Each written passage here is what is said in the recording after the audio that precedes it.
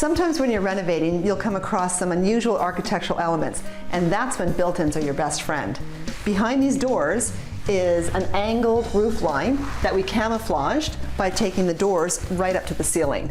We've got some great extra depth here, and beside that we have a dummy door, but then the drawers are extra deep, so we have tons of storage. Now, because the roof line cuts straight through here, we have another dummy, a dummy, and then 3 more functional drawers. In this room, that same architectural challenge became part of the design. We still have the deep drawers. We installed a floating desk with open shelving and full height storage. And these ladder shelves are a great alternative to traditional bedside tables. This large window complicated the design of this bathroom. You wouldn't normally put the vanity here, but it gave us a better layout. We also have much more storage, a larger shower and tub enclosure, and if you're wondering where the mirror is, it's installed on the back of the pocket door. Stacking your washer and dryer is a great way to save space. Typically, your washer and dryer opens like a set of French doors. In this case, we want both doors to swing towards the wall. So when you go shopping, make sure you buy the right machines. Welcome back, everyone. Well, renovating can be a nightmare. If you've been through it, you know this, but the results can be so phenomenal and a great way to improve the value of your property. But how much does it cost, and how do you stay on budget? Like anyone has the answer to that. No. We've got the whole panel here to talk a little bit about this, right? It is all relative.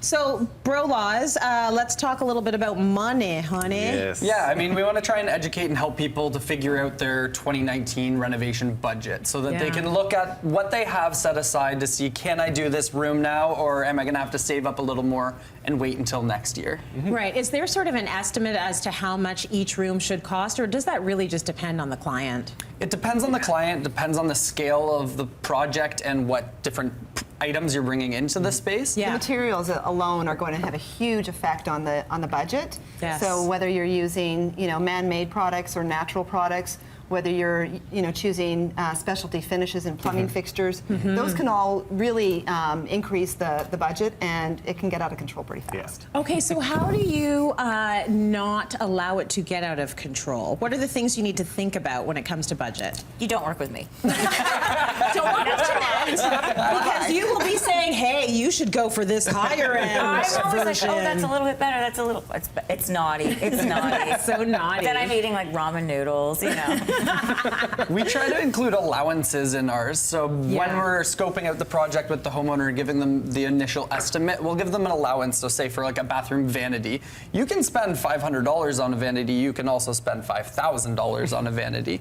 So we'll give them something that's within their budget to say, hey, if you're shopping for a vanity, this is what you should be looking in this range. Okay. The other thing is you're worried about the sort of the dance of the trades that are doing all the work. So this is sometimes what allows things to go longer than it should. When you're securing these trades, how are you making that all work? Like, how tough is that? It's a tough dance. That's a tough dance, right? And we talk a lot about contingency fund and keeping a little bit of money aside, and a lot of that is for the trades. If they run into opening up a wall and all of a sudden there's a plumbing stack that has to move, you have to have a contingency fund for that, so that you're not just going to blow your budget out of the water right away. Or time. Because when you come across something like that, it can actually, increase your time. And if you're doing a renovation where you might be living in the basement while something else is going on, it can be. Stretches you a little bit. It stretches you a little bit, right? They call it divorce dust for a reason.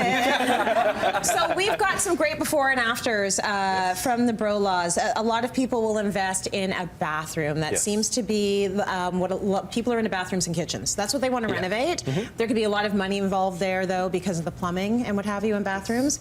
Take a look at the before. This is why you want to consider a renovation. So average-looking bathroom. Yeah, so that one had an ugly enclosed shower, a very, very teeny tub, and we were able to open it wide open and with some glass glass walls for the shower. It just really opens it up, opens the That is feel up, gorgeous. makes the nice deep soaker tub feel inviting, and creates a warm environment. Spa-like. I love the fact that the tile went right across behind the tub and into the shower. Yes. It makes the room look a lot bigger. It does. Beautiful idea. It absolutely does. It's being intentional once again. Right. Take a look at this bathroom and you might have this issue. The tile just stops halfway up and then it stops beside the whirlpool tub. The whirlpool tub that nobody ever uses. No one ever uses, but was a very big deal in 1985. Oh, a very big deal. It was a big deal because you had your hot tub. Let's take a look at the after now and what you did with that space. So you can see it's beautiful. just so much brighter, and we added some storage on either side of it as well, so that they could put their linens away in this space and brighten it right up. So with ensuite master bathrooms, we typically say 20 to 40,000. We'll say 40,000 plus because, as we say, you get into those fixtures and it can get up there. But we typically say that's where you want to start for that 3 to 4 piece master ensuite bathroom. Okay, that's good to know. It gives us a bit of a range. Let's move into the kitchen, shall we? Kitchen renovations can cost a lot of money. Yes. Right, and that's why people sort of take this very seriously.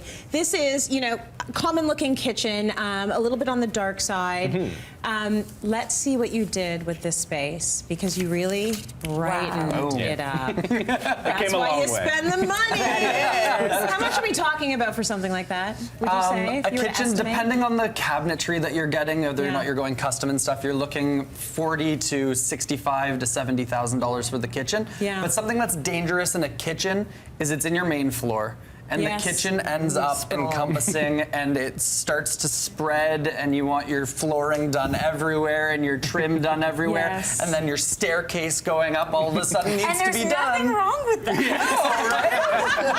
Call Janette once again. And that's where it's important to know your budget, right? Yes. So know your stopping point, know where you want to go to. And make a list of all those components in a kitchen because people forget that, there's your appliances, your countertops, your backsplash, your cabinet hardware, your recessed lighting, your switch, everything. There's all of these different items will add up and sometimes come as a surprise to people. I know, there's a lot of things that are surprising about renos, I find. So I think it's really good when you find people to work with that are very transparent, which I know all of you are.